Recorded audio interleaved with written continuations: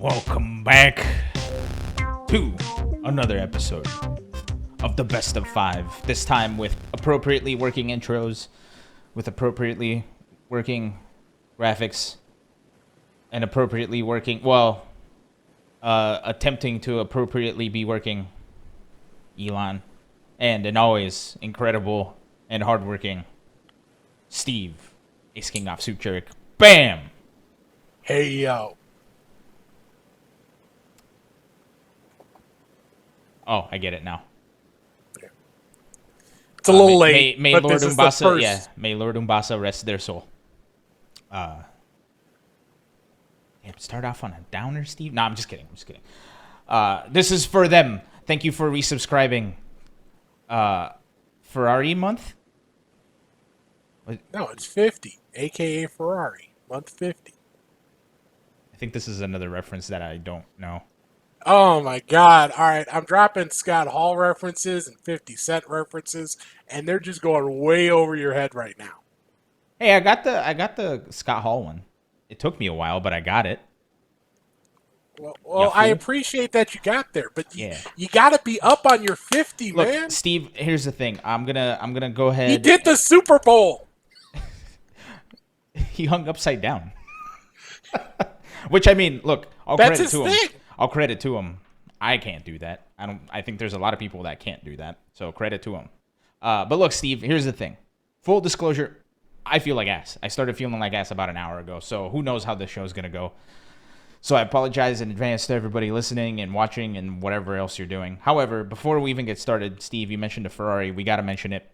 Formula One, Las Vegas, November 2023. They're going to move Evo to November as well. It's going to be great. I can't wait. It's going to look cool, if nothing else. Dude, they have to shut down the strip for an entire week. Oh, boy. Wah, wah. Yeah.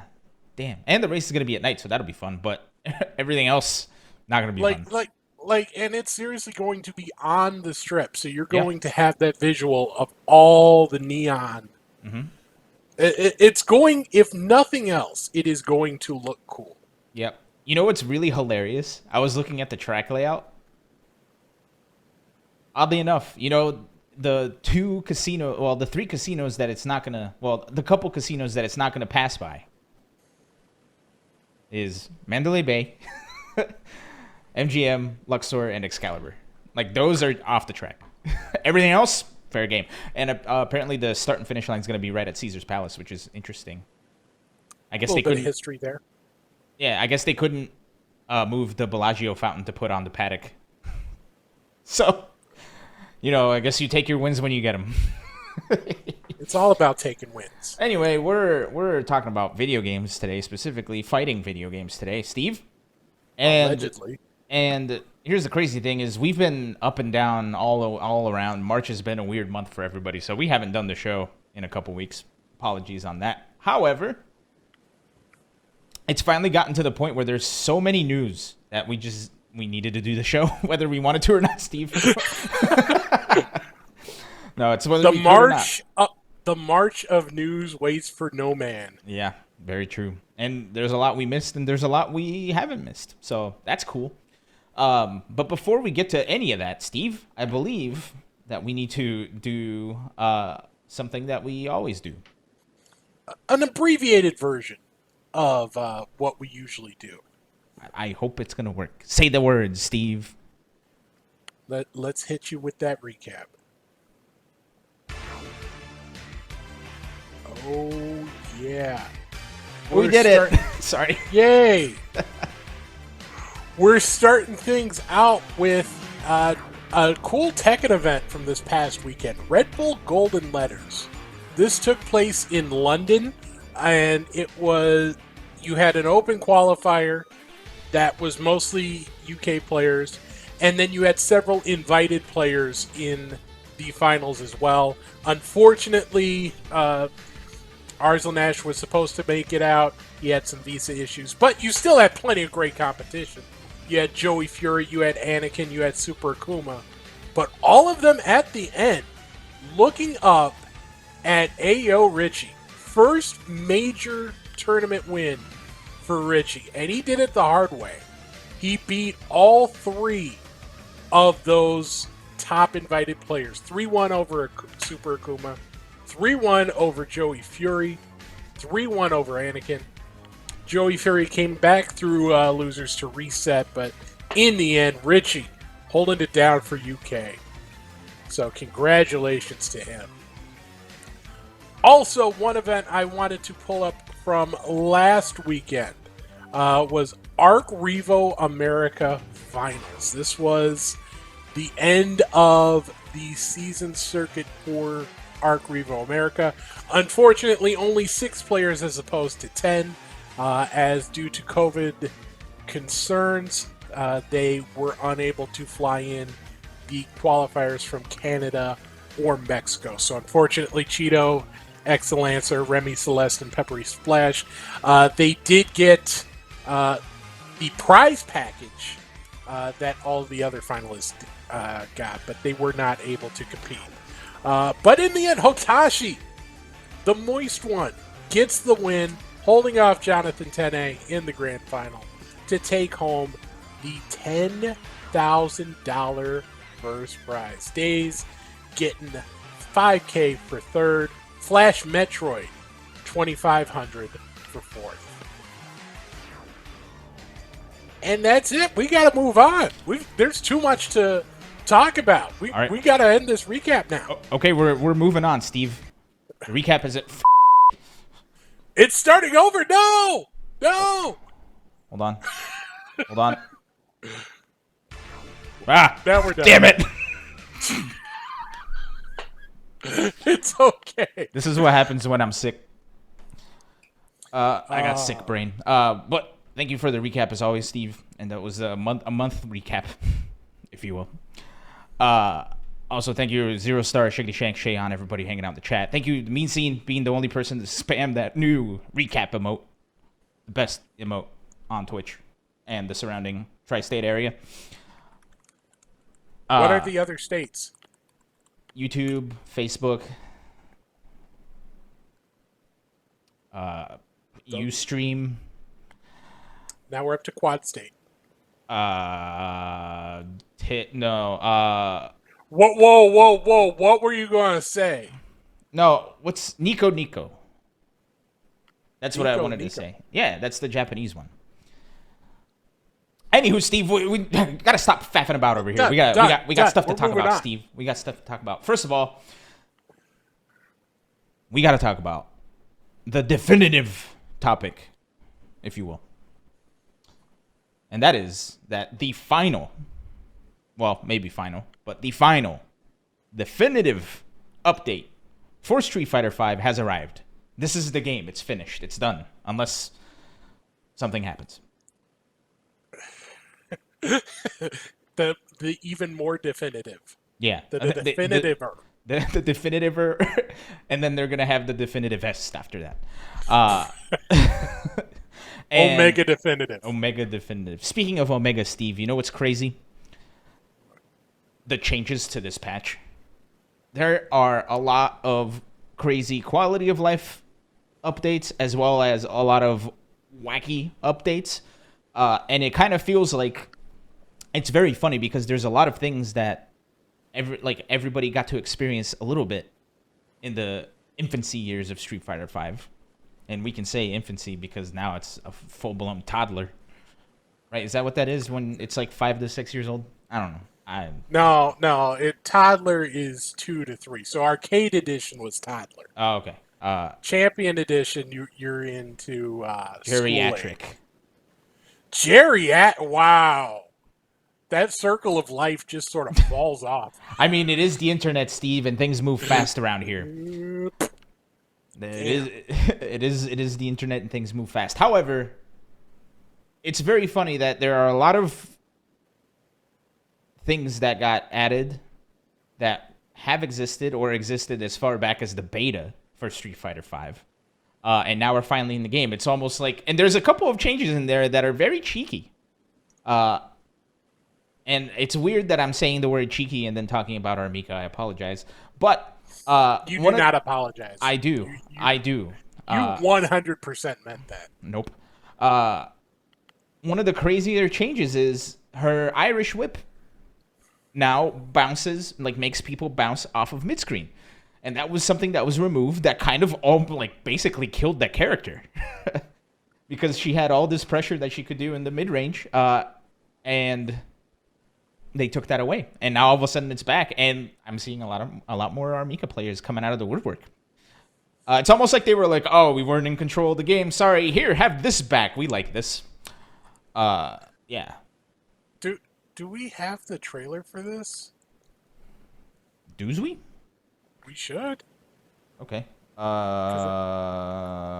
were all the trailers. Oh, it's almost like you prepared this entire thing for us, Steve.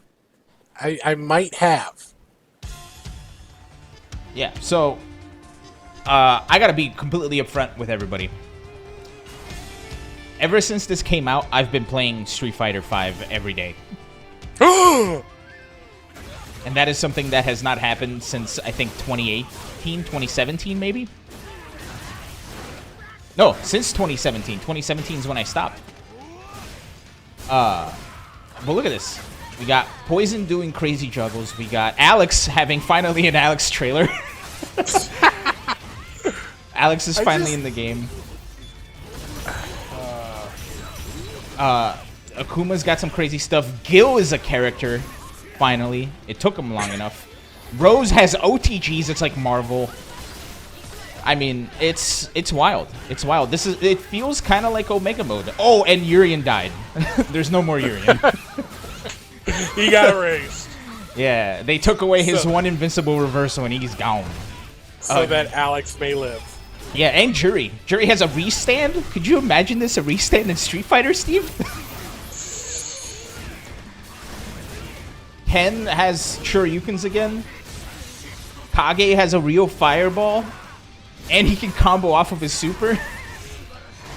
Bison has target combos. Sakura now has crazy juggles. Blanca is still a jerk. Guile can do crazy wacky shenanigans. It's a bloodbath. Ryu is a character again. He can do a DP into his V trigger 2 into a super. That's wild. Anyway, they also added some filter settings. I'll be honest, I have not touched those. However, the cell shading looks pretty cool, Steve. I am a sucker for cell shading. However, Steve, there's a big issue. You see on the bottom right over there, it says offline mode only. That sucks. I wonder if that's an issue with horsepower, the horsepower it takes to run it, because I don't see how this would impact gameplay. Yeah, maybe it's one of those things where they weren't able to figure out how to get one person using one filter and another person using another filter. Steve, this is the big problem. It feels like we're in Fremont Street right now, looking up at the sky with all these pixels. Fremont Street is the place with the giant LCD screen. Like, here's the biggest part. Everybody gets tracksuit colors. Yeah, it's about dang time. When we get back to the Intel World Open, you have free reign of color now. That's the biggest. And Cap Jam, the employee band for Capcom, finally got their music into the game. I'll be honest, I thought it was already in here, so it's wild to me that they didn't have it until now. I think they begged the Capcom president like this entire time and they never let up.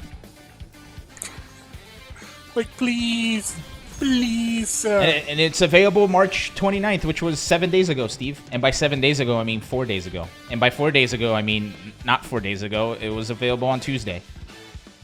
Which is 2 days ago. Yep. Alon, I gotta give you a hug. You need a hug. It's all right. We're getting through it. But dude, look, I've been playing. Karen died.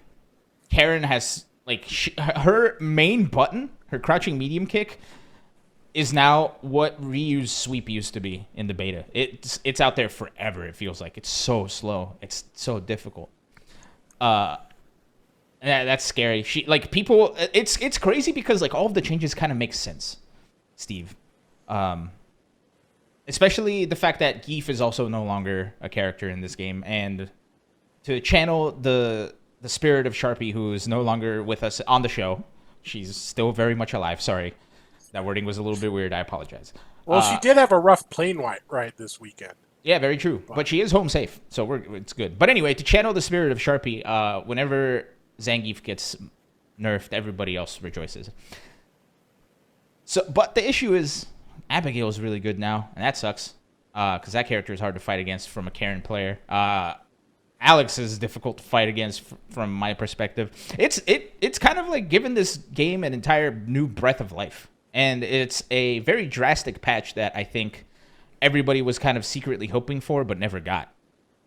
Right. And I feel like the way they went about it, it feels like they decided to go crazier with a lot of things. They gave it was almost like the first couple of years of this game's life, they were concerned about throwing too much at you.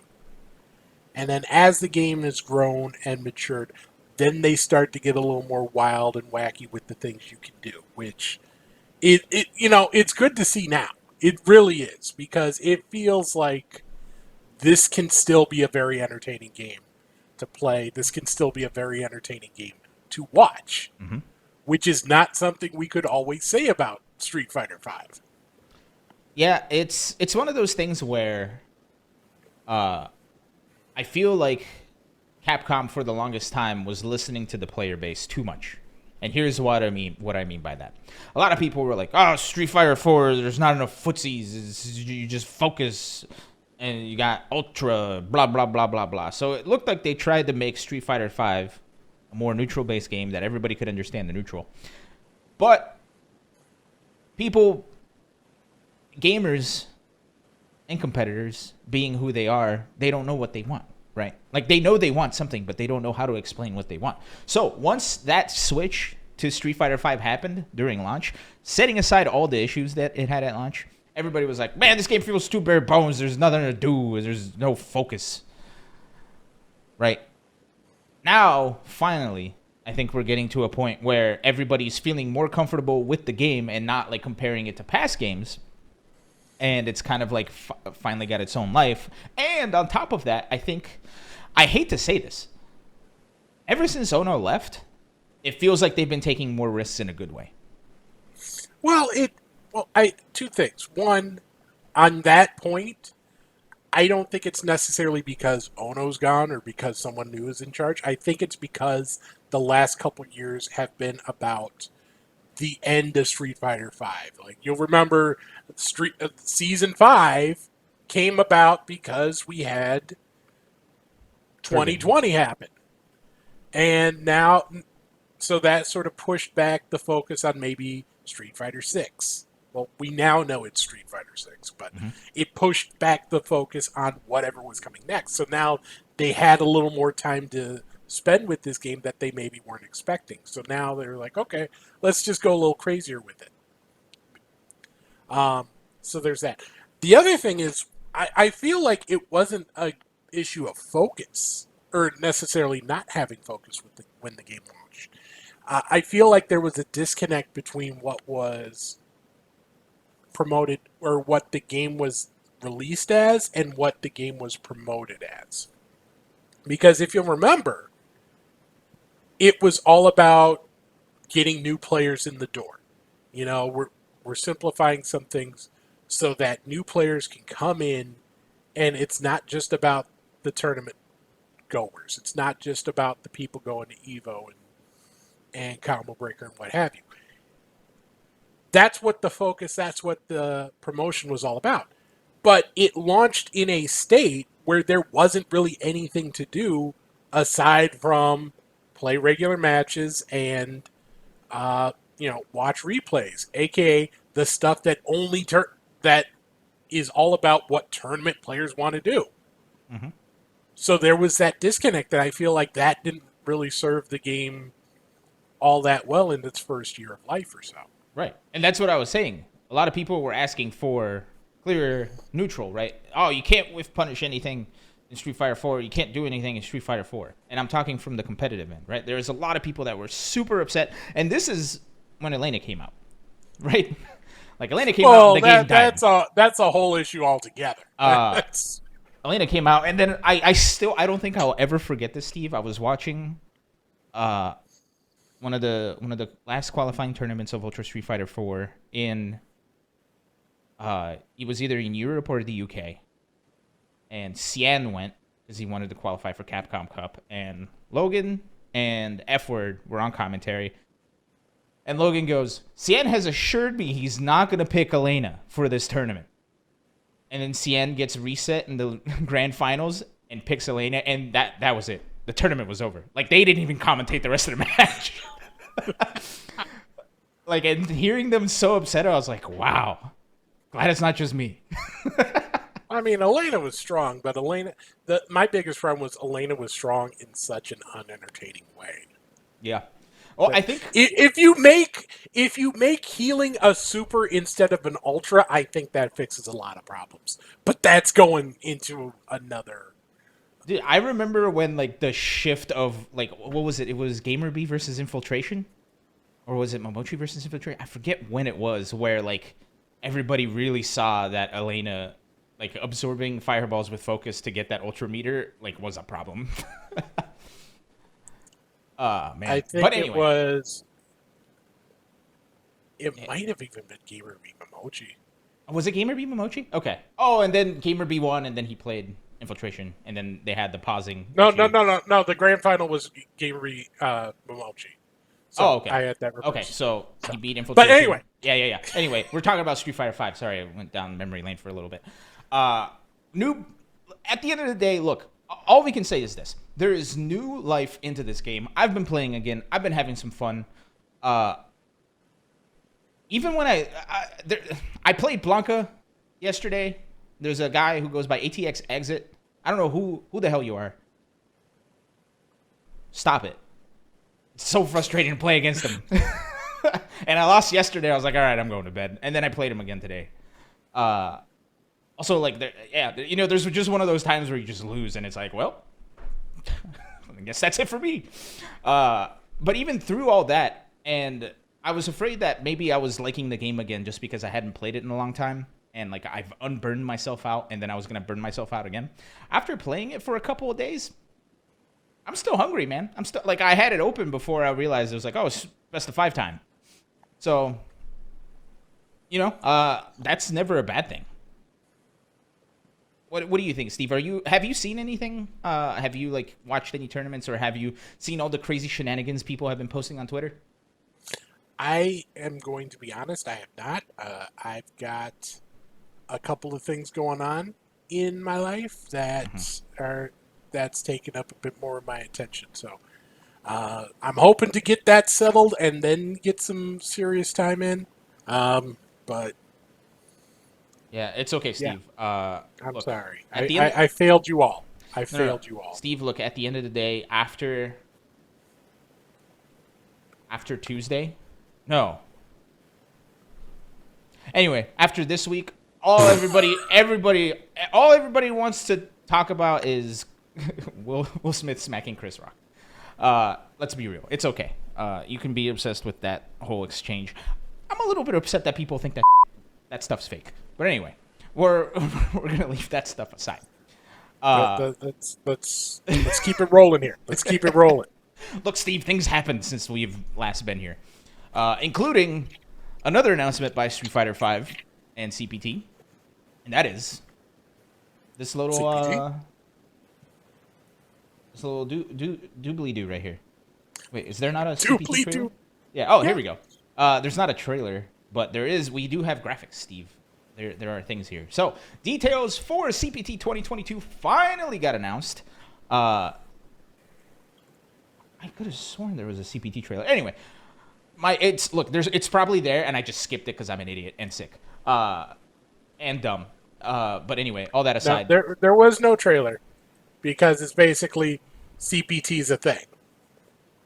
Okay, so great. But CPT's a thing. CPT's a thing. Look at this thing.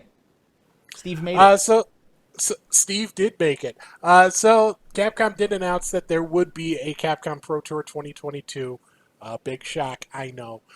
They did announce the first details of this season's campaign. First off, you're going to have a Capcom Cup with 48 players. which would be even bigger than the 40 that was proposed for the 2020 season that unfortunately got canceled. And that's bigger than the 32 that we've normally had. Yes. So going from 32 to 48, a la the World Cup. By the way, USA. How about Canada? Canada. You know what, Canada? Hats off to you. You guys absolutely deserved it. Best team in CONCACAF. Yep. I'm just glad we didn't Italy it. Anyway, CPT. All right, you had your time with F1. No, Let me I get get my it. 45 seconds of soccer. No, I get it. And look, at the end of the day, another thing that happened on Twitter is the Nigeria-Ghana match garnered a lot of controversy because of the hashtag. That was an unfortunate hashtag. Anyway, CPT, Steve. What? Well, go ahead. No. What's really interesting about that is Nigeria's abbreviation is actually NGA. Mm-hmm. So It should have been NGA GHA. Mm-hmm. Instead of just the first three letters of Nigeria followed by GHA. I will let you spell that out. CPT! I will not. You will not. I might. Please do. No, I won't. Or feel free. You know what? I'll spell half of it. I'm waiting. No, I'm kidding. CPT! God. Oh, man. We are going to get so demonetized. They'll monetize us just to demonetize us. By the way, speaking of monetizing, I do feel like I need to bring this up. We're never going to talk. Like, this show's never going to end, Steve. We're going to be here forever. If you don't know, we have a YouTube channel. And it's youtube.com/bestofvshow, just like everything else. If you guys want to go over there, give us a little... if you're watching this on YouTube right now, first of all, hi. Know that you are appreciated as much as everybody else here in the chat. I know, chat, it's sometimes when you hear equality, it feels like oppression, but it's not. Did I just go to... Anyway, YouTube. YouTube. We've gone in some different directions. YouTube. I'm sick. There's no filter up here. YouTube. Subscribe, will you? Do the YouTube stuff. Hit the thumbs up, will you? And then hit the notification bell to make sure that you know when YouTube videos are uploaded. Because, hey, guess what? We're going to upload stuff to YouTube. And not just the show. Well, I mean, from the show, but not just the show in its entirety. We're working towards that. Anyway, speaking of monetization, subscribe to our YouTube. Speaking of other monetization, Capcom Pro Tour 2022. We'll get through this eventually. So, if you remember the format that was initially announced for 2020, you'll remember that there were 3 paths to qualify. There was the online path, the offline path, and what was called the World Warrior path, which sounded very similar to the dojo system from Tekken World Tour, the Daredevil events from the ArcRevo World Tour with community opt-in. Those 3 paths are what's going to be part of CPT 2022. So the online premieres, there will be 19 of them. 1 per region. So there will not be, unlike this year where it was, Japan had 4 events, each U.S. region had 2. Everyone gets 1 online event, and that is it. The winner qualifies directly for Capcom Cup. The top 4 finishers will each get a share of the prize pool, which is going to be $5,000 per event.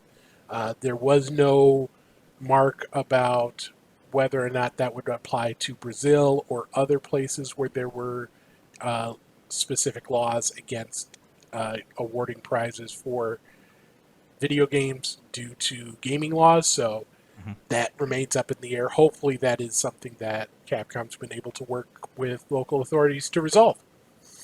2 nations that will not take part, or at least 2, Russian and Belarus. Those players from those regions will not be allowed to compete, quote, until the current crisis has been resolved, end quote. Also, unfortunately, North Africa. No events in North Africa. You do have representation of Middle East. South Africa is there, but no North Africa, unfortunately. Yeah. Now, Steve, which kind of stinks. That does suck, but I do want to point out the World Warrior events, like having access to getting points to the stuff through your locals is pretty great, right, Steve? I think undoubtedly Tekken Dojo system has proven that that's an amazing thing, and I'm so happy that Capcom is implementing it. However, I'm not happy that they're implementing it and trying to get local scenes to grow after putting out the license that stifles everything. That is a point of contention. Capcom, baby. 1 step forward, 2 steps back. Actually, that was 2 steps back, 3 steps forward, and then the Street Fighter V update, which was about 5 steps forward. So they're ahead. But yeah, there will be details on that announced later. There will also be details announced on the offline premieres. All that they have said is that the winner qualifies for Capcom Cup. It is unclear whether there will be any sort of point system or global leaderboard. No events announced for that. Everything that has been announced thus far is the offline or the online majors. The online premieres. Let me get the terminology right. And we actually have a list of those. Yeah, those kick off on April 30th with North America West. North America East is going to be closing things out in December 3rd. So that first weekend. And you see the rest of the slate on your screen there. Interesting to point out, we have no idea about offline events that are part of it. But if you look at the final weekend in May, which is when Combo Breaker is, there's no online event there. If you look at the final weekend of June when CEO is, there's no online event there. If you look at EVO, there is no online event there. So I think those 3 events are pretty solid bets to be part of the Capcom Pro Tour in 2022. But again, we have no official confirmation on that as of yet. Yep. Steve, can you do me a favor? Sure. I'm going to put up that Anything graphic one for more you. time. I need you to go over it one more time, a.k.a. do one of these. Okay. Do that. Here it is. Let's go through the full schedule. So it kicks off on April 30th with North America West. Then, the first 2 weekends of May, you have UK, Ireland, and France, Spain, Portugal. June, the first 2 weekends there are North America Midwest and Japan, respectively. Then we take a couple weeks off to July 9th for South America West, Asia Southeast on the 16th, and Central America East on the 23rd. Kicking it off, a couple weeks off, and then we hit Australia on August 13th, Central America West on August 20th, South Africa the following weekend, and Brazil the first weekend of September. We close September on September 24th with the Nordic and Baltic region. Then we've got 4 weeks in a row starting October 15th with Asia, then EU West, Middle East, and Asia East on November 5th. Couple weeks off before we hit Thanksgiving weekend for EU East, which is the penultimate event. And we close things off, as I mentioned, with NA East on December 3rd. So the U.S. kicking things off, the U.S. shutting it down, grand opening, grand closing. And yes, that's a Jay-Z reference, so that doesn't go over your head. Thank you, Steve. I damn near pee myself. So thank you for doing that. I did not need to know that, but I'm glad I was able to help. Yep. And just so you know, I arrived right on time, so it was perfectly measured out. Good job, Steve. You're a professional and a scholar and an amazing human being. Sorry, I'm a little out of breath because I had to run. Steve. That's okay. Steve. Yes. That's not the only thing that happened while we were gone. No, that's just Street Fighter. That's just Street Fighter. There's other games. Steve, Other games exist. when the ArcRevo World Tour ended with ArcRevo America, which we covered in the recap earlier, there was some announcements, Steve. There's a lot of announcements. One or two. One or two. There were a couple things. Things. Let's start with this one, shall we? Ah! What in the world? Sorry, that was really loud. That's show business. All right. There we go. Let's start with this one. Oh, now the audio doesn't want to work. DNF Duel, Steve. Remember this game? I do remember this game. I remember it fondly. Look at this guy.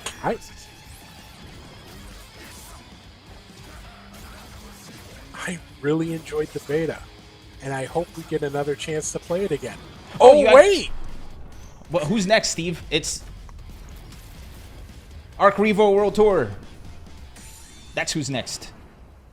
DNF Duel. Oh, it's that lady. June 28th, we have a release date. There's a lot that just happened right there. Steve. So yeah, end of June. I'm looking forward to it. I'm happy you got to play the beta. I did not, unfortunately. But Steve, that's not the only thing they announced. No. There you go. You have another chance. So there is an open beta test this weekend. Tomorrow, Steve. Tomorrow. It kicks off tomorrow at 7 p.m. Pacific, 10 p.m. Eastern. Mm-hmm. And it goes all the way to Monday, 10 a.m. Eastern, 7 a.m. Pacific. Mm-hmm, mm-hmm. So you get 60 hours of time to play with this second version of the beta. I am definitely going to be. Hopefully, it opens up right away, and I'm not losing the time I was that first beta, where you could, move your avatar around, but you couldn't enter a match, which is kind of important. I remember playing matches. I think I was watching Justin Wong, and he would get into a room and then move for like a millisecond and then get stuck to the point where he started calling for help. Yeah. So, but hey, at least it's a beta, which means if that was full release game, then maybe that would have been an issue. Not mean. But Steve, DNF Duel is all fun and games. I mean, it is a game and it is fun. But there was even more announcements, Steve. And it's this one. Users interact. That's the rating. ArcRevo World Tour 2022 is now worth over $100,000, featuring both Guilty Gear Strive, that one, and this one that we just talked about, Steve. It was in the other trailer. DNF Duel. More major announcements to come.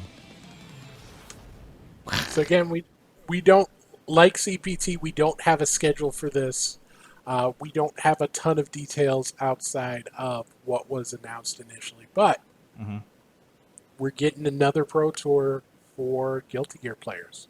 Yep. We're getting a Pro Tour for DNF Duel players. I'm happy. People have a chance to make a little money and get some spotlight out of this. $100,000 per game. Was it per game, or I thought I'm pretty it was sure it was. I'm pretty sure it was. We have to double check that, but I'm pretty sure I saw that it was per game. Hey Google. I'm pulling it up right now. Is ArcRevo World Tour 2022 prize money per game or total?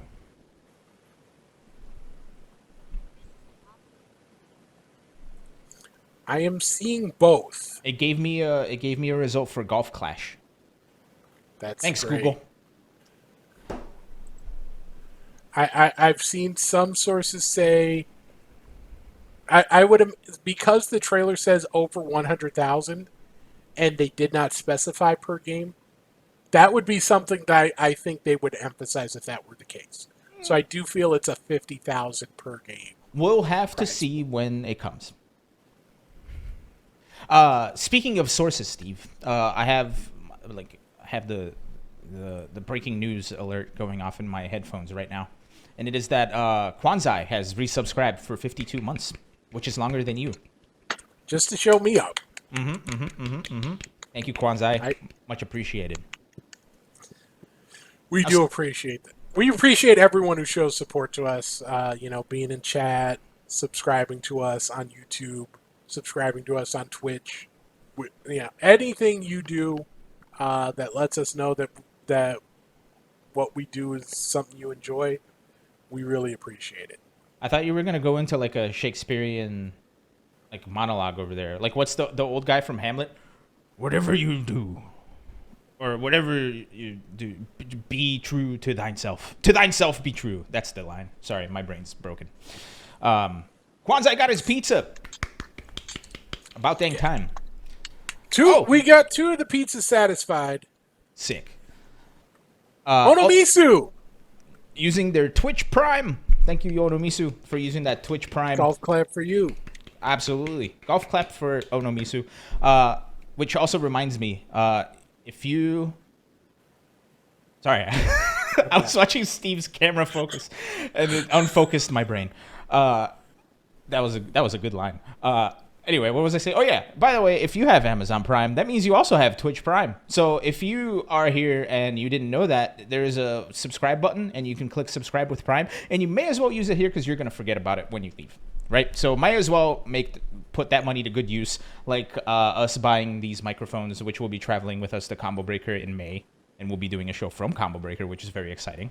I can't wait. I was thinking about that today. That's exciting. Steve, my brain's all over the place. I keep going on tangents. It's rough in here, but that's okay. But you know what else?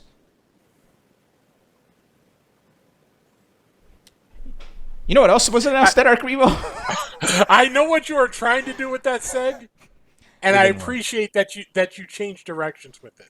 Yeah, it was like one of those Segway tours, and the person in the back just fell over. Anyway, there's also this trailer. This one doesn't interact with others.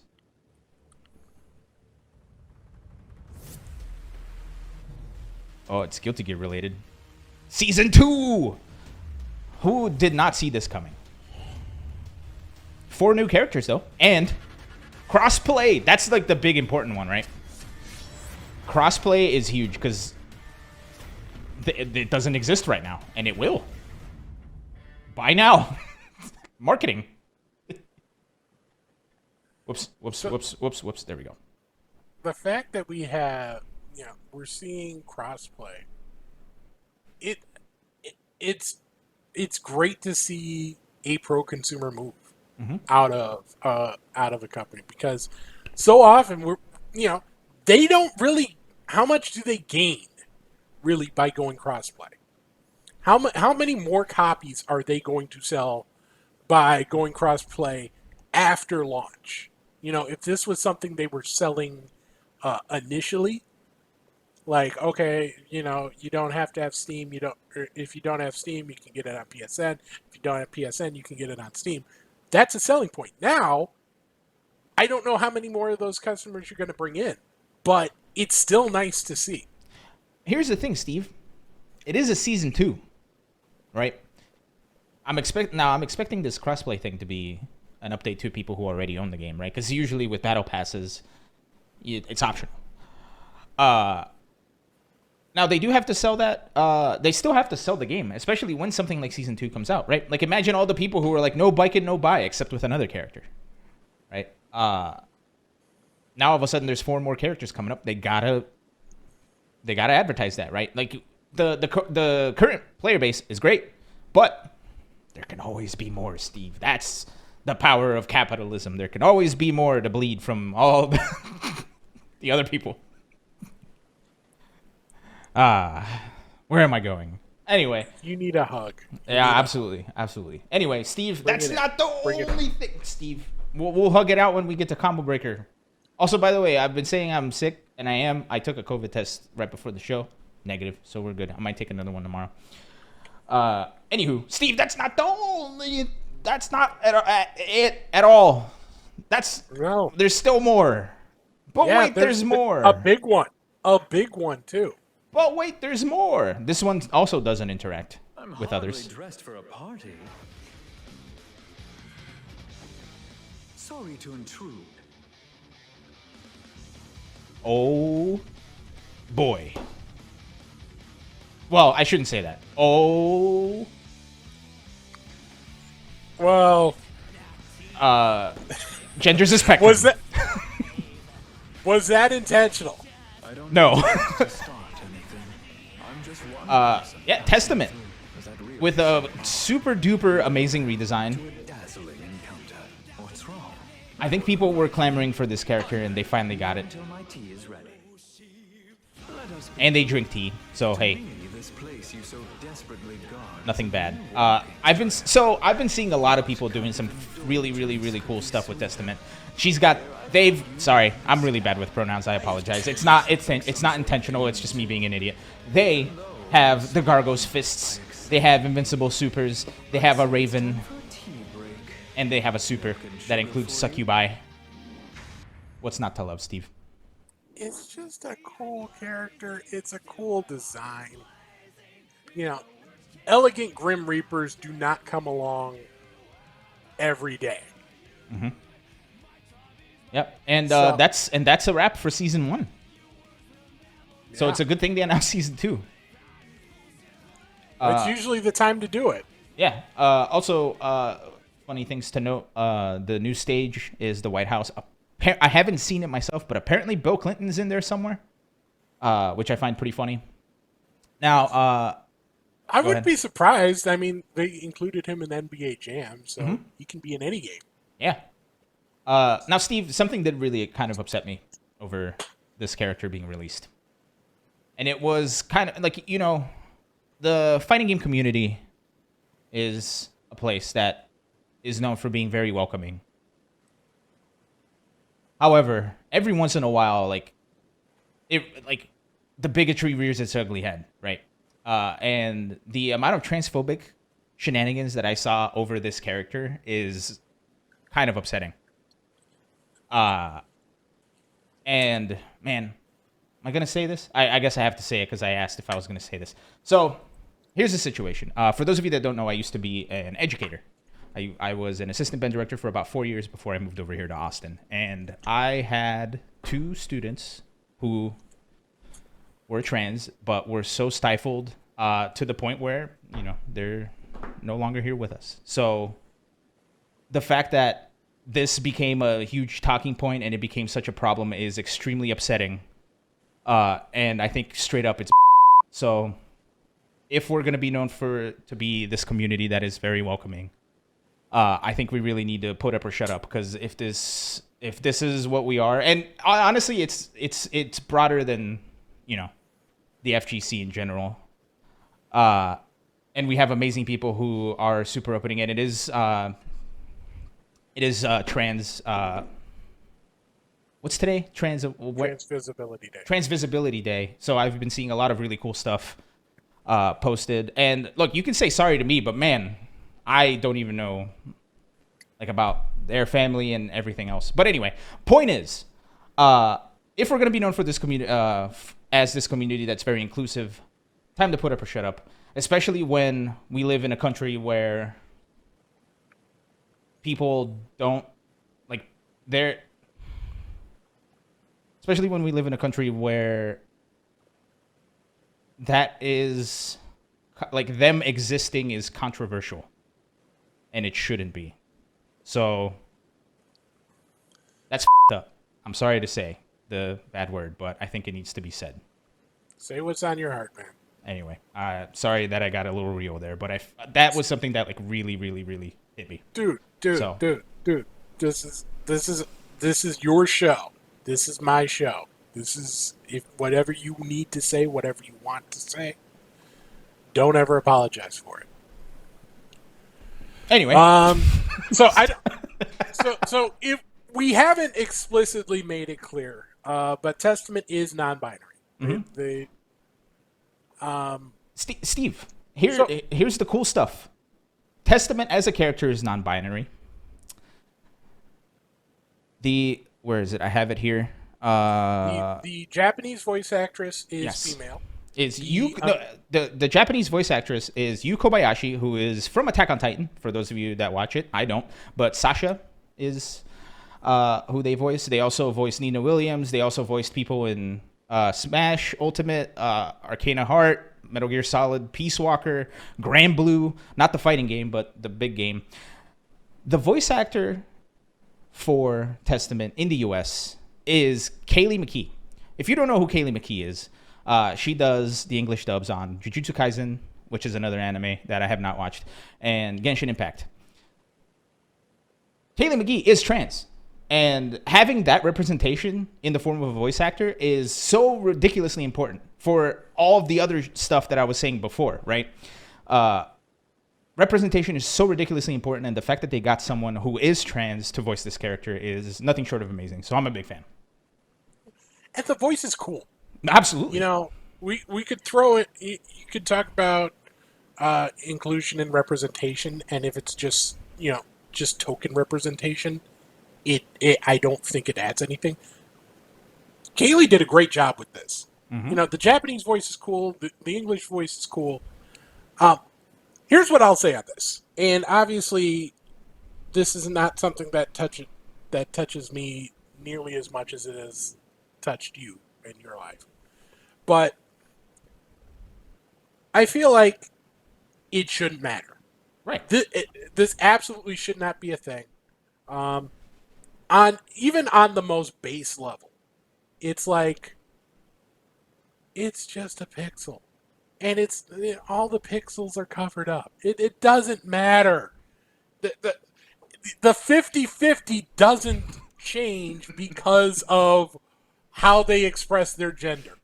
The 50-50 doesn't change because of what is down there. You're getting hit with it because you suck at blocking, and that's all that matters. Mm-hmm.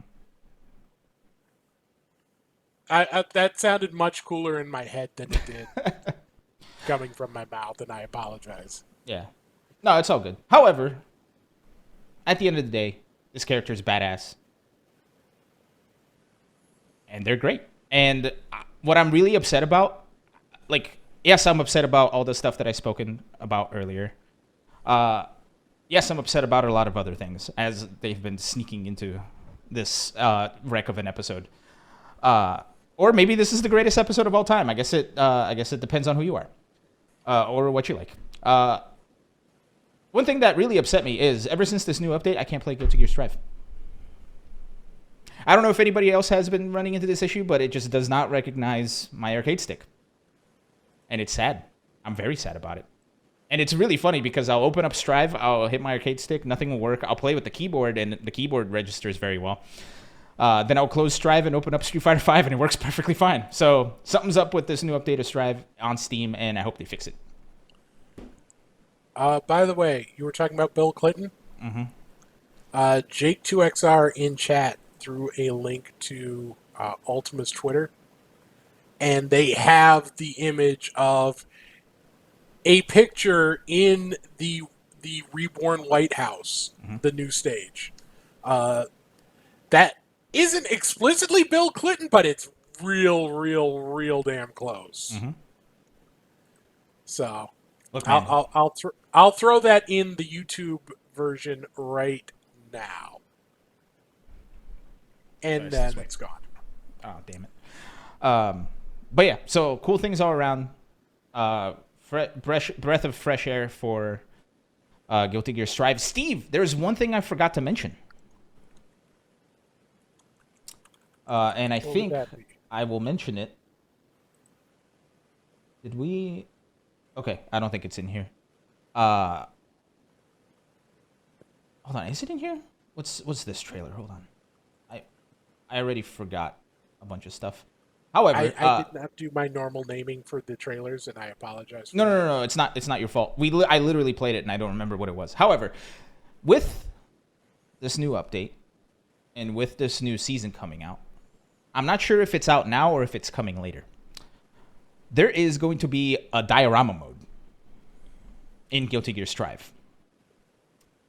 Now, I was reading up. Steve and I got together yesterday to like iron out what we were going to talk about, and I saw this diorama mode where you can choose scenery, you can place characters in it, you can change lighting, you can add filters, but you can't play them online. And you can essentially make a really cool like diorama within Guilty Gear. Now, Steve, my first thought was, hey, let's see if we can get people to recreate Best of 5 in this diorama mode. That didn't work out. However, there would be, Steve, no matter if we had X number of entrants, we would have X number of Nagoriyukis in that. sorry. Even when you say it again, it's 1-to-1 ratio. But he has hair, Steve. Anyway. I don't think that's what people are going to be looking at. I know, I'm kidding. Oh, man. Anyway, so after me stepping on that landmine, Steve decided, and I agreed wholeheartedly. No, you decided, I agreed. Oh, okay. That we're going to have a competition, a pizza competition, if you will, to keep within the theme of the show and pizza. Because pizza is always good, except if you grew up in the Northeast and then moved to Texas, then pizza's not so great. And if you live in the Midwest. Dude, the face change was so good. Anywho, we're going to have a diorama competition. Have we been keeping track of all the pizza bets? Yeah, I think we're square on them, right? Yeah. I squared up with you, and I squared up with the audience. Or we squared up with the audience, sorry. I squared up with the audience. No, I sent you $40, Steve. Well, I spent $60. So, anyway, diorama contest. All right then, Mr. Moneybags. Anyway, so... Dude, this episode is officially broken. I think it was broken before it started, Steve. But anyway, diorama competition. I'm not 100% sure if this diorama mode is out now. I wish I did, but I can't play Guilty Gear because my stick doesn't work on it. It is. It is? Sick. Yes. All right, here's the thing. Here's the sitch, everybody. If you have Guilty Gear, which I'm pretty sure you do if you're watching this show. If you don't, that's still okay. But I'm sorry you can't participate unless you get a copy of Guilty Gear. We would like you to create a diorama. No strings attached. Create it. Be creative.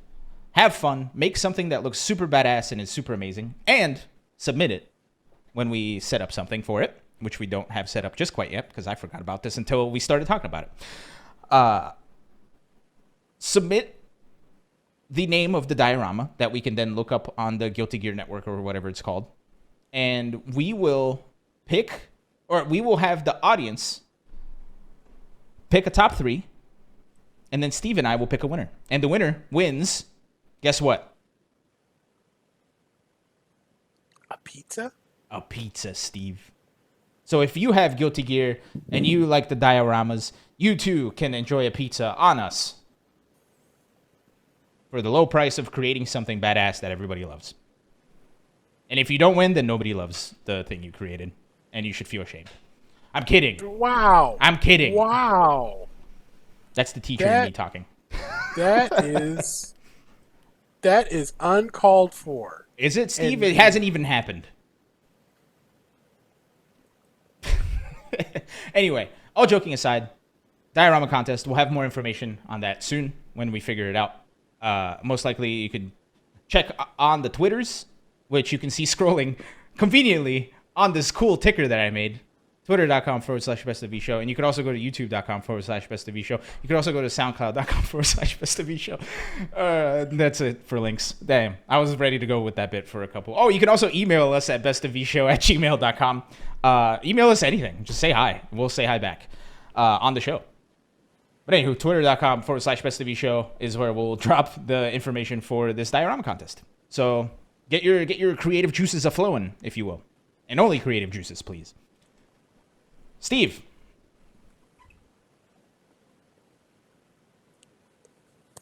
Steve's making faces. You really had to drop that line and then throw it right to me?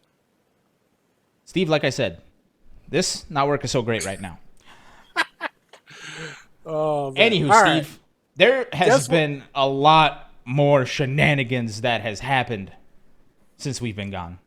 Lots of shenanigans. Like that one song from Hillary Duff. So we talked about Guilty Gear Strive. We've talked about Street Fighter. We've talked about DNF Duel. What else is there, Steve? Let's go with some KOF.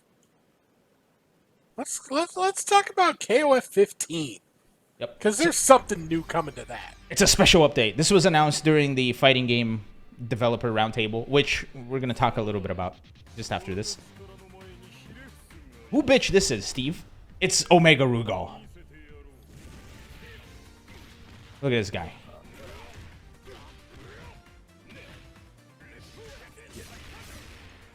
Get genocide cutter. He's got the Jin laser beam. He's got moves. Oh, you'll see it soon. But he's got moves from many of his other appearances in previous games, which I think is a really nice touch. But still, Genocide Cutter is going to become the bane of many people's existence very soon because of this aspect. Boss challenge, baby. Get your move out of here. Well, everybody's getting Genocide Cutter. It's the CPU from hell, Steve. I think this is such a neat idea. And the fact that it's a brand new mode is even amazinger. Yeah, it's always nice to throw in something just for an extra challenge for people who want it. Like the one I think of immediately is Skullgirls with Marie 300%. There's also the Mortal Kombat towers. Yeah. That sort of stuff is fun.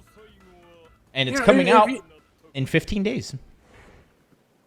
14 days, actually. Today's the 31st. Unless you're watching on YouTube, in which case it's 12 days from the date this was updated or uploaded. 1, 2, 3, 4. Oh, it is 14. You're right. I forgot how to count, Steve. It's okay. It's okay, Alon. But you know who didn't forget how to count? KOF 15, because they're adding some cool stuff. And I'm a big fan. The Developer Roundtable. Let's talk about that for a hot minute. First, did you guys know that was hosted by Sega? Sega's a fighting game developer now, for those of you that forgot. It's been a while. It's been a while since they've been in the mix. They showed a recap of At least it feels like it. Mm-hmm. Steve, it feels like the fact that they've been not a fighting game developer before the pandemic started just means they're prehistoric at this point. But anyway, something cool is A, they hosted this, which is really neat because I think the last time Bandai Namco hosted it. B, they talked a lot about Virtual Fighter 5. And they did a whole recap on the competitions they had for it this year, which was pretty amazing. And a subject that they brought up, Steve, which I was very surprised to hear about, is making fighting games free to play. And it was very funny to watch them bring it up because it felt like the rest of the crew that was in there was like, oh, I don't know, maybe not, blah, blah, blah. But Virtual Fighter 5 would not be as, like, this re-release of Virtual Fighter 5 would not be as big if they hadn't released it in a free capacity, right? And same thing with a lot of other games. Killer Instinct was the most downloaded Xbox One game for a long, long time. Why? Free. If you lower the barrier of entry, you get a whole bunch of people at least willing to give your game a look. Yep. And, that might not be the right model for everybody. Mm-hmm. You might not... The idea of games as a service, an ongoing product where you, with the constant development cycle, might not be something that smaller developers can or really want to dabble in. Mm-hmm. But, there's room at the table for that sort of approach for fighting games, I feel. And, especially if you think of something like Project L, Mm-hmm. where they have not only experience in that field, but when you look at characters, i.e. the one thing that you need a lot of support for, they've got a huge pool to draw from. So maybe that approach makes sense for them. Mm-hmm. I don't know if it necessarily makes sense for Street Fighter 6. It might not. I don't know if it makes sense for MK12. It might not. But I like the idea of that at least being a possibility for some developers that want to go down that path. Yeah, but look, Steve, we don't even need to go look at case studies because this stuff already exists. For example, what's the biggest esport right now? Tetris 99. No, it is Brawl Stars, which is available on your phone. For what? See, that says install? You can't see it, but it says install for free. What's the second biggest esport, Steve? Tetris 99. Nope, it's League of Legends. And guess how much that game costs? Free. What's the esports below that? Biggest esports below that? What do you think I'm going to say? Tetris 99. It Nope. is top 3. Nope, Steve, it's Fortnite. Killing me. How much does Fortnite cost? Your soul. Steve, what's the esport? The biggest esport below that? Probably not Tetris 99. Dota 2, Steve, and guess how much that game costs? Free. Do you know what the newest esport is, Steve?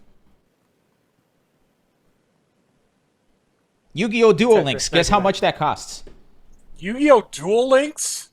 It is the hotness right now. Is it? Yep. I don't know if that's a bid or not. I honestly have no idea. I'm sorry, it's Yu-Gi-Oh! Master Duel. Yu-Gi-Oh! Wait, is it Master Duel? I forget I what don't it's know. called. Anywho, just as an example. The only free game I get ads for some reason is this one mobile game that has invested a lot into advertising on Twitter, What and is they it? have ads. No, it's like this anime card game, but all the ads are like zoom in on the character's feet. It's weird. I have no idea why I'm getting it. That's not my bag, but I don't know. Maybe it's popular among the people who follow me. So I don't know. I'm casting some suspicious eyes at my follower list. What was the biggest esports that ever came out of Blizzard, Steve? I would have to say Aside from StarCraft 2. Tetris Craft 99. Hearthstone. Guess how much that costs? Free. Steve, we have a fighting game or a company that is invested in fighting games that has a very, very, very large esport out right now. Shadowverse. And Tekken. F it. Let's just put both of them in there. Sorry for the curse. Guess how much both of those games cost Is Tekken combined? still a thing? Absolutely. I see it. I seen it. I There's still do not competitions going on. There's still competitions going on for Tekken. That's gung ho. But yeah, guess how much you have to pay to like own those games, Steve, combined? Free. Need I say more? I see your point. DOA 6 got really, really big for a while. Guess how much the barrier of entry for that one was? Yours. not being able to play Tetris 99. No, it was your core values, Steve. Wow. I'm really happy I remembered that before I said it was free. But anyway, the good type of free, not the FGC free, because FGC free is not great.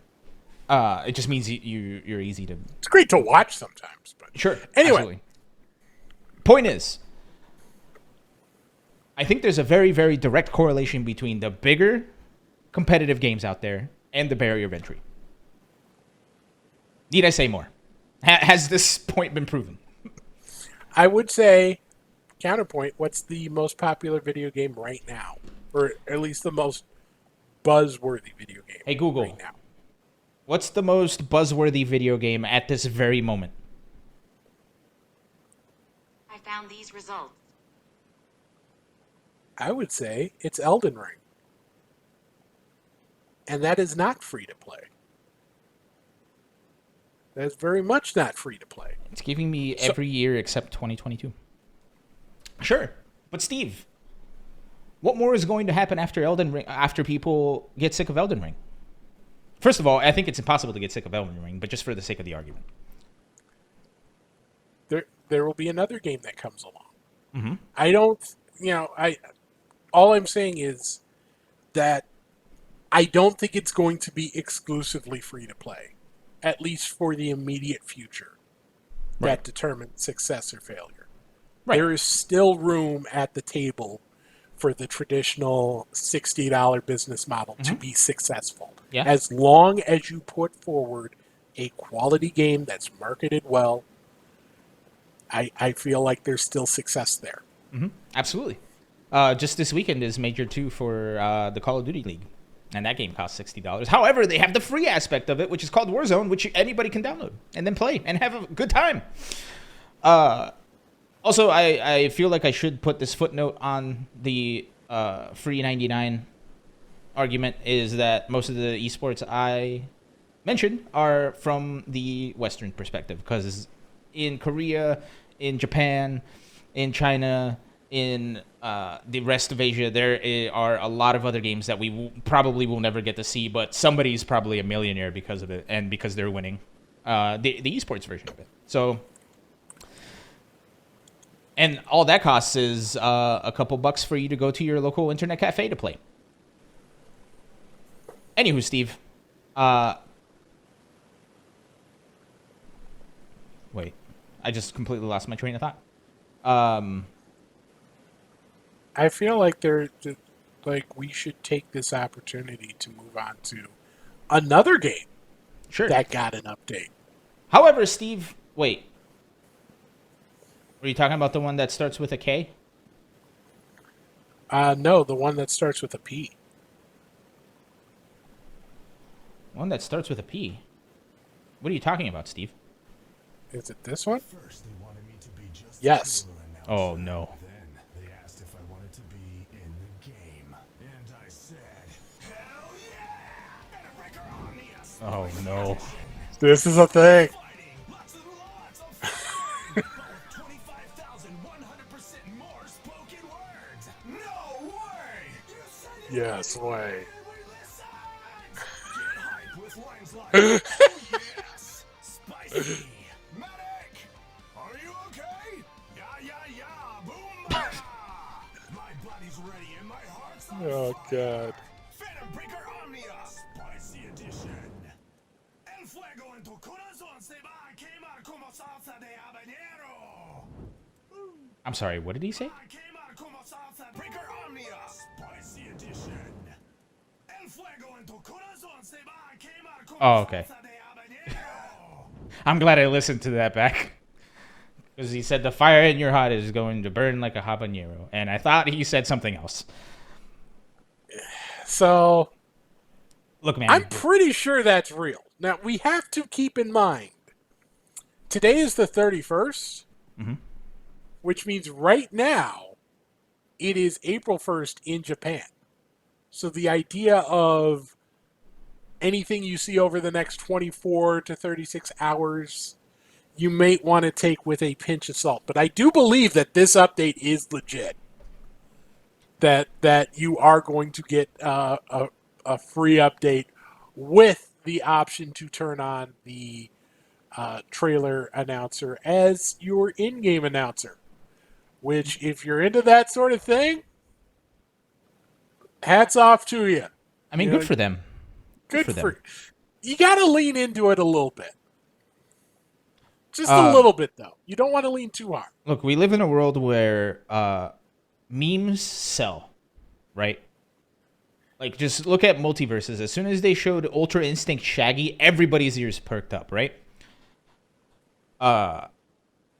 Sorry, I was going to say stuff, but I forgot I signed an NDA when I was doing stuff for them. But anyway, not doing stuff for them. I get network test. Anywho, I'm looking at... So apparently, Phantom Breaker Omnia did have an update yesterday, Steve, on the 30th. And that would be, yeah. I'm trying to see if I can find if they have... Well, anyway, they fixed the matchmaking issue that happened when certain users triggered a Windows error dialog. Hashtag inertia glitch. So, cool. But anyway, I'm a fan of them embracing this shenanigans because I think the world needs a lot more tongue-in-cheek. Granted, this isn't very tongue-in-cheek. It's more like beat you over the head with random words. With a spicy habanero pepper. What? Hold on, I need to listen to... Not what he said at the end, but this. Are you okay? Yeah, yeah, yeah, boom-baya! Yeah, yeah, yeah, boom, bye, Steve. Every time I hear that, I just think it's going to go into the intro of Crazy Taxi. And the offering. Yeah, yeah, yeah, yeah, yeah. Dude, this was a while back, but there's an arcade here in Austin called the Cidercade, where you pay like $5 and you can go in, and then there's a cider brewery where you can try ciders that aren't out in the public. Ooh. And they have a Crazy Taxi machine, Steve. I had a blast. Dude, that's in Austin? Yeah. If I get down there, we're going. We're going, 100%. 1,000%. Wait. I am a...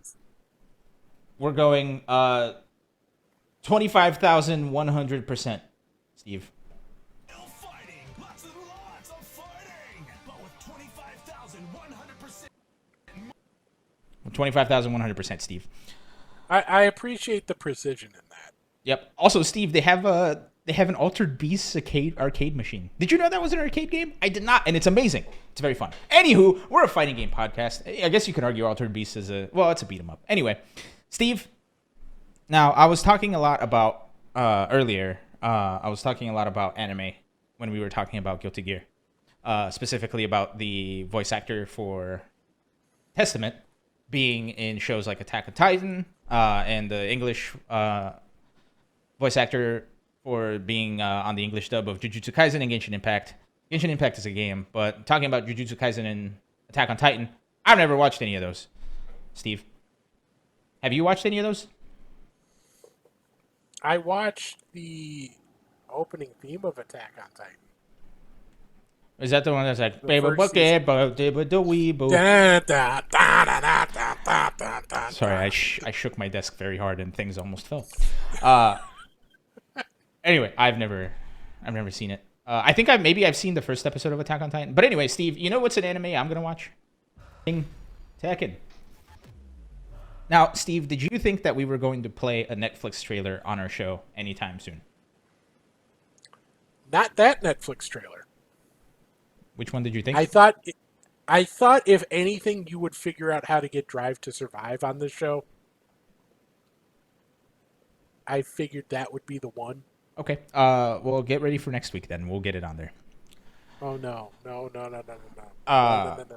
I've only watched a couple episodes of Drive to Survive this season. I guess I'm too busy actually watching Formula One. And I don't mean that as a dig or anything. I just mean that, we just had 2 races these past couple of weeks. And the next one's next week, which is in Australia, I believe. But yeah, and I'm saving up a lot of money. I'm hoping to go to Austin again this year to go live the life of luxury. Or as you so eloquently tried to figure out that I wasn't there even though I was. I'll get to the bottom of it. You need to I'll pick get up to the on. You bottom need of to pick up on those breadcrumbs, Steve. You were almost there. You were in Soy Cuba, but you missed the trolley, Steve. You missed the trolley that they got in the shot. We'll get you there one of these days. Speaking of which, you know what's really, really funny about something I just thought of, Steve? What? The trailer for DNF Duel announced something very interesting, Steve. Trying to find. Did it? I can't see it right now. So. Steve? June 28th, Steve. You know when that is, Steve? That's CEO weekend. It's the Tuesday after CEO weekend, Steve. And do you know what's happening on CEO weekend, Steve? CEO? Yes. And on top of that, It's after CEO. yeah, it's the Tuesday after, but I think if it's the Tuesday after in Japan, it's Monday here. So it's right after CEO. No, yeah. Either way, 28th is Tuesday. Yes. So. Now, Steve, if you recall, the last time we were on the show, we figured out a couple of things, which you can all go to the YouTube where you can see the sleuthing segment that we did where we revealed that Guile will be announced at CEO this year. 100%. Undoubted, indubitable proof. And the other thing is that I completely forgot to mention is, and we have to keep in mind that this is a thing, but that's the Darkstalkers collection also comes out on the 24th. So there's going to be a lot of stuff coming out in June. And you thought we were eating good now. June's going to be crazy.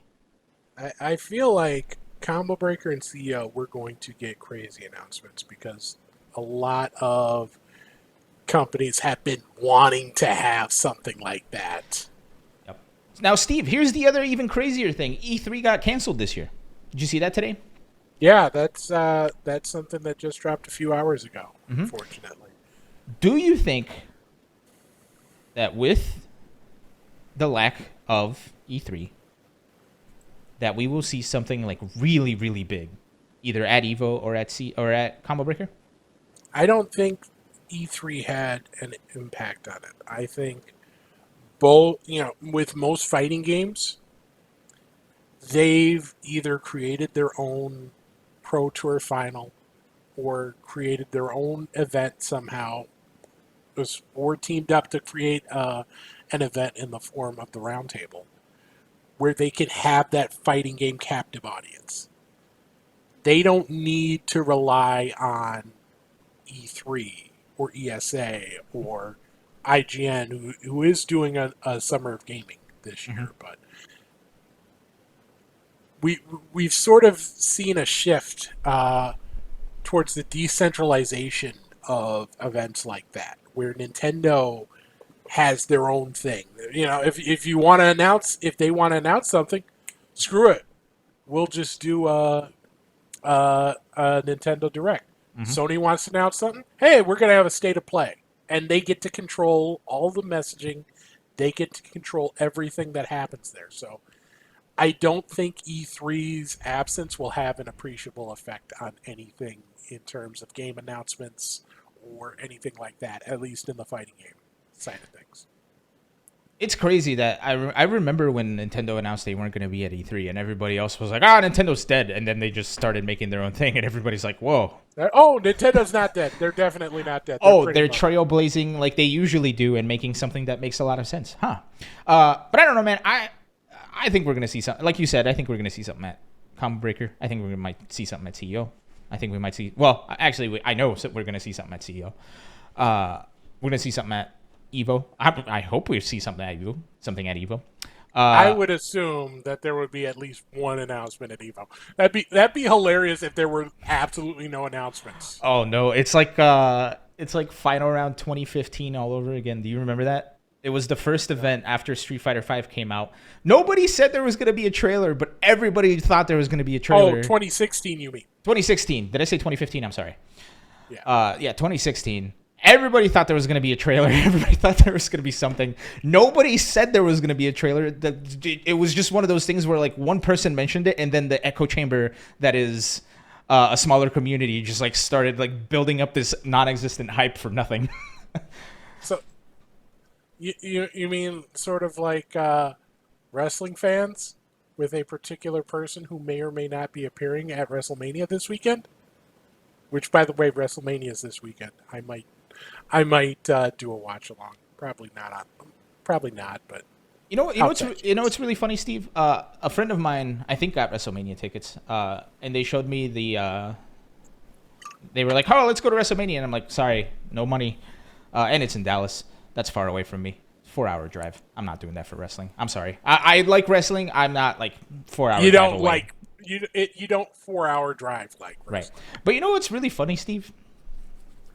I looked at the website for purchasing tickets for WrestleMania, and WrestleMania was the second event trending. You want to guess what event number 1 was? No. What? It was the Tim the Tatman tailgate happening at at the Dallas Cowboys training facility. If you don't know who Tim the Tatman is a content creator who used to be on Twitch, now has an exclusive contract over with YouTube. And just to drive the point home, Steve, guess what game they play, and guess how much that game costs. I'm guessing that they're not playing Tekken 90 or Tekken 99. Tetris 99? No, Steve. Or Tekken 99. Tekken 99. Dude, I can't wait for Tekken 99, the Battle Royale Tekken. 99 people. Dude, 99 people start. Wait, it has to be 100, whereas like 50 matches all at once, and then as soon as it ends, you move on to the next one. Kind of like survival mode where you just beat as many opponents as you can. Whoever steals that idea, I want royalties. There you have it. But anyway, he's mostly a Warzone player. So, and Warzone, which is the Call of Duty Warzone, is free. So, just driving the point home that some of the bigger things that happen out there have a zero entry cost. I mean, I guess you need a computer or a PlayStation or an Xbox, but, you get the point. With all that said, Steve, we have gone 4 minutes over. Somehow, miraculously, we managed to fit all of this within a 1 hour and 30-minute show. Even with my brain going crazy. So, first of all, I apologize for my brain going crazy. However, if you're still here, then you're the real one. That includes you watching on YouTube. That includes you listening on your favorite podcast platform, which you can find us at just by searching Best of V Show. And also on YouTube and also here on Twitch, whether it's live or through a VOD. So, thanks. Steve, it's been a hell of a show. It has. We covered a lot. We have. There's a lot of new stuff out there. There is. And I think it's time for us to call it quits. It is. For the night. For the night. So, with all this said, were you raising your hand or were you moving? No, I was just Okay. scratching my cheek. Okay, cool.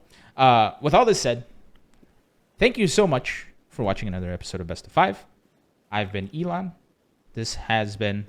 Actually, I feel like me saying I have been Elon is wrong because I still am after the show. Well, it's sort of like that joke. I used to do drugs, still do, but I used to too. Mitch Hedberg, another one, rest in peace. But just because you were Elon does not prevent you from being Elon now. Well, I will be a different Elon when the show ends. That's for sure. Just like I am now, at this very moment, a different Elon than when I started the sentence. We're constantly changing. Well, on that one. We're just living in the memories of our future self, Steve. And that's been Best of 5. Thank you for joining us. I'm Elon. You can follow me at ILAN121 on the Twitters. This is and will always be The main squeeze is the Steve Ace King Offsuit Jurek. You can follow him at Ace King Offsuit on the Twitters. The schedule maker is returning because there are things on the horizon for us. Also, Jake just put a Fall Guys emote on our chat, and I'm a fan. I guess I'm going to go play some Fall Guys now. Thanks, everybody. Steve? Just gotta say, hard work pays off, dreams come true. Bad times don't last, but bad guys do. Good night, Razor.